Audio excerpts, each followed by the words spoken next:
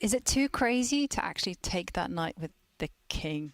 The king will be stranded in the center of the board for the rest of the game. That's true. Wow, he plays it, Hikaru, really desperate to win here, and Magnus reacts lightning fast with f6. No knight jumps for you. And but wow, king this d2, white king. I'm not sure it was a good sign that he went for this direction. No, it was a bit one-track mind. I think he needed to. Because where capture are you with a going knight. with your king? Usually you're not castling longside in these systems, right? Right, and one other thing that is quite concerning for white is actually this light square bishop that black has on the f5 square, because the king is never going to find any safety on the queen side with that piece looming on the board. I mean, black can even go very aggressive g5, g4 kind of stuff. Yeah. Oh, oh, Wow. Maybe not anymore. Knight d4. Alarm bells ringing though. Ooh, e5. Look Step at forward. that. Ooh, ooh. But Hikaru really breaking all the rules, because we're taught, first of all, don't move your king into the opening, into the center, and then certainly don't open any lines. He is Fischer Random World Champion though, and this does look like a Fischer Random game with the king out on d2. So will he get time after the queen trade that's about to happen to run back with his king to safety? I'm really surprised, I must admit, by Magnus's last move. Very strange. Yeah, But go for checkmate when your opponent's king is in the center. Right. That's what we're taught. But I think he's just simply saying, look, the bishop on g3 locked out of the game, That's true. and let's continue the dancing on the queen side. Okay, so go g5. h5. Yeah. Stepping forward with all the pawns. He's going to gain space on both sides, on both flanks here, as black. It's still a beautiful position here for Magnus, but I'm really shocked he didn't go for checkmate to try and punish Well, Hikaru. maybe he just wants to play for two results, sorry. I wish we could all play for one result, Judith. And he thinks that, okay, probably Nakamura also will not feel too comfortable with this, with white, because he just sits and waits what kind of plans Magnus will work out. h4, g5, king g6, rook d8. Oops. Yeah, already. What's this? d5 is hanging.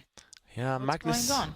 maybe just playing too slow. It feels like he's not quite in the zone in this game. Instead of going for checkmate, he's been forced to allow a bunch of trades. But don't forget that bishop on h2. Yeah, one bad piece. That's white's problem long term. White has 9 pawns, maybe. 9 pawns and not enough pieces. Yeah. Okay, but at least some pressure has been relieved with this last exchange. Magnus wants to be very instructive. c5, c4, sorry. In every game. In every game. Nakamura plays It this. seems to be like the formula, right? Develop pieces, get c4 in. Ta-da! Yeah, and some tactics, some tricks here. You have to be really careful as black, actually. This pawn's being undermined, and your knight is really loose in the center of the board. Yeah, now it's anyone's game. I mean, it's white's idea, so if black were to double rooks on the c-line, is this simply to go b4 or... The problem for white, for black, that rook c8 does not work, because c takes d5, rook c1 takes on e6 and captures the knight on e4. And okay, the h2 bishop is bad, but 2 bishop versus the rook is plus. Yeah. Yeah, huge threats. How does Magnus deal with this? Pawn takes pawn is a winning idea if he gets time. Hikaru Nakamura. Suddenly the clocks as well. Magnus down to 30 seconds. He's going to regret kind of forfeiting that 30 seconds. He played earlier. too fast, made decisions. Oh. Wow, action. It is all happening. Fire on the board, lots of calculation to be done. And right now, white can go a pawn up in the endgame if they just if Hikaru here just takes this black bishop with a check and then recaptures on f3. But he's thinking of something else. But if he were to grab that pawn, his bishop on h2 would be saddled there until the end of times, and that's something that is strategically really concerning.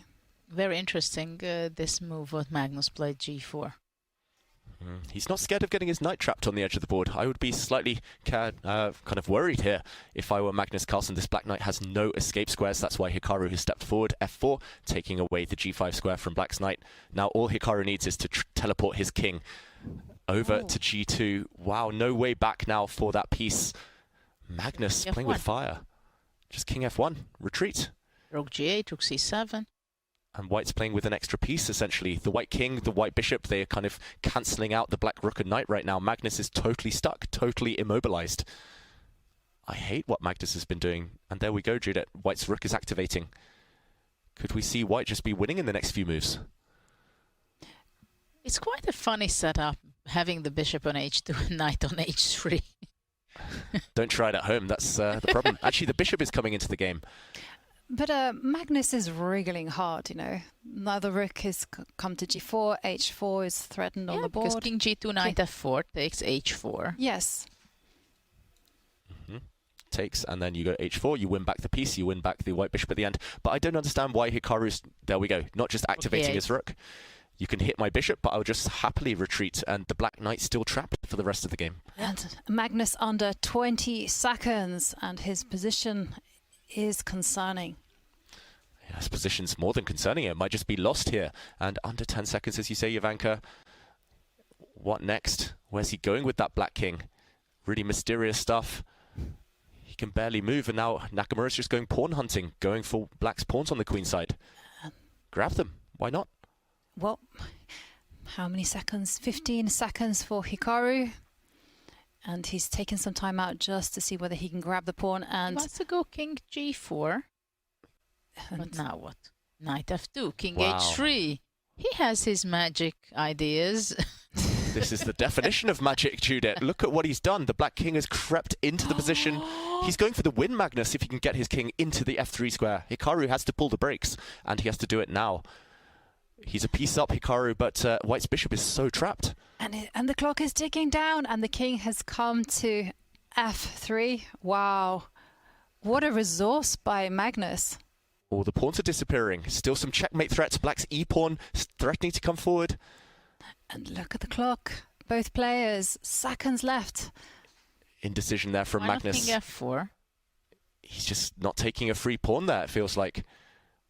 Okay, but he can go back in. Now. Magnus has got to draw up his sleeve if he wants it. It feels like he can bring his king across. Hikaru's just repeating now, bringing his rook, trying to give a check. Hey, Magnus takes the pawn. Black has to be the favourite here, Judith. Well, those two extra pawns, f4, f3, and nothing will stop him. f3. Keep pushing. No, go three times around still. He's just repeating moves here. Gaining time on the clock. The players do have a 2-second increment, but he's stuck. How can he break through here, Magnus Carlsen? King f3 and it's gone.